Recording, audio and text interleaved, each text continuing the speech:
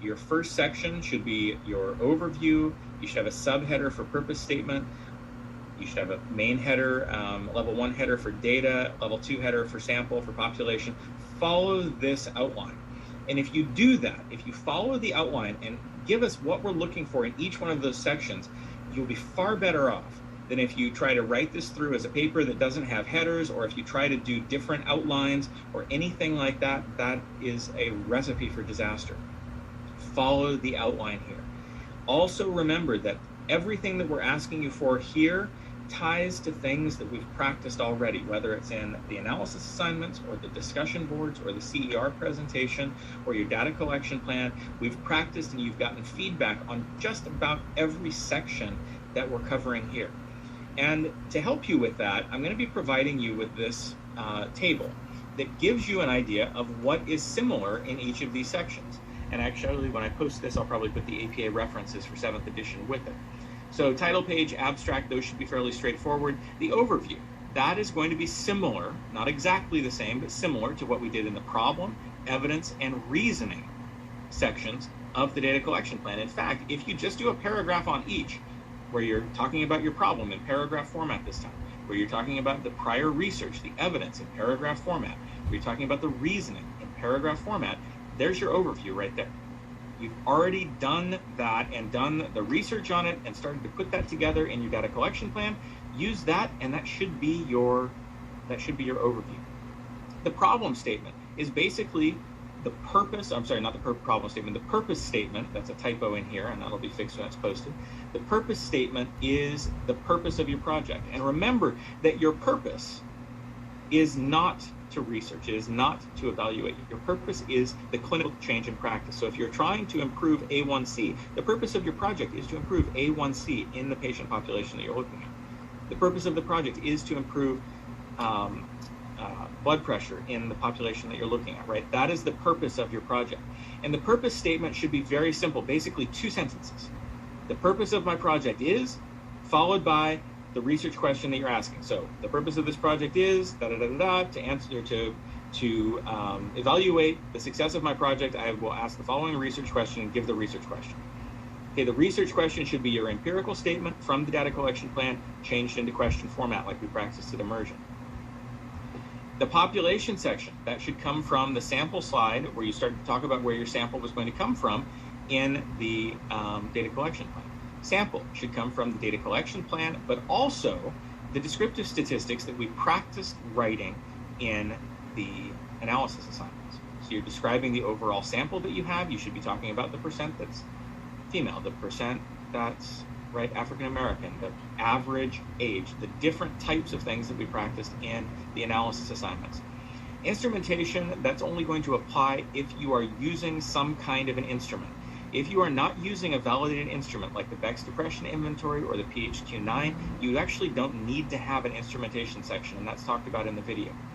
For instrumentation, only include that section if you are doing some kind of validated, either a psych assessment or something along those lines. If you're doing BMI, if you're doing blood glucose, if you're doing heart rate, something, or blood pressure, anything that is a clinical measure, you don't need to provide an instrument for. If you're just counting, doing counts of patients, you don't need to include an instrument for. Data collection should come from your data collection plan timeline, and it should be just the details from the timeline that are about data collection. I don't need to know about IRB. I don't need to know about manuscript submission. All I want to know about are the steps from your timeline that are related specifically to collecting data. The variable section, this is the explain the variables from your analysis assignments. That's all we're asking for, and that can be bulleted in that section, right? The variables in this project are, list out the variables, what they are and what they measure and how, just like we practiced in the analysis assignments. Then the research design. This is where you're going to take out from the data collection plan the things that are related to your intervention. You're going to tell what kind of study you're going to do, and you're going to describe the intervention in detail.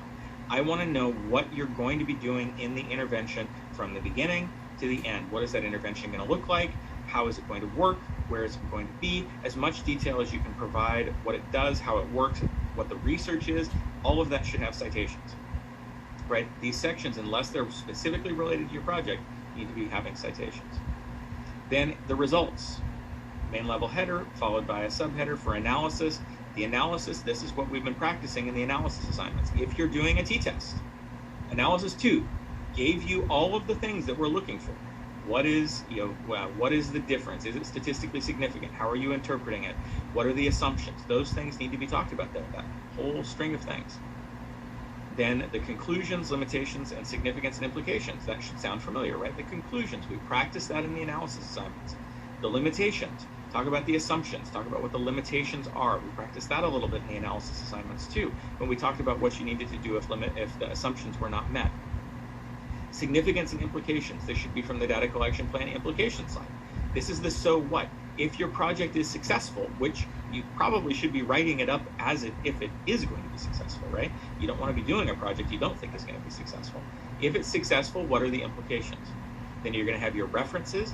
I do want to stress that your references should only include things that you have actually cited in the paper.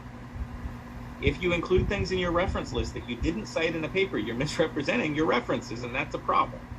Only put things in the reference list that you have actually cited in the paper. And with very few exceptions, everything on the reference list needs to have a citation in the paper and vice versa. There are some things that you can put in the paper. We're not doing any of those in this class, but like interview information, personal correspondence, those types of things you put in the text, but you don't have to have in the reference list. And then tables and figures. Your tables and figures, you should have one table of descriptive statistics that should be referenced in your sample section. And you should have a table of results that should be referenced in your results section. Those tables should be after your references in a tables section. Okay, that's a requirement of the library, not of me or of APA. It's the way the library wants it.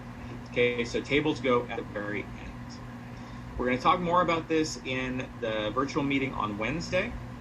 Make sure that you're thinking about how we practice things and the feedback that you've gotten from prior assignments. You can take a look at this table and the appropriate APA reference sections when I post it. And otherwise, I think they're hanging out now for that final announcement. I don't know, should we give them the final announcement? Okay, so we want to announce now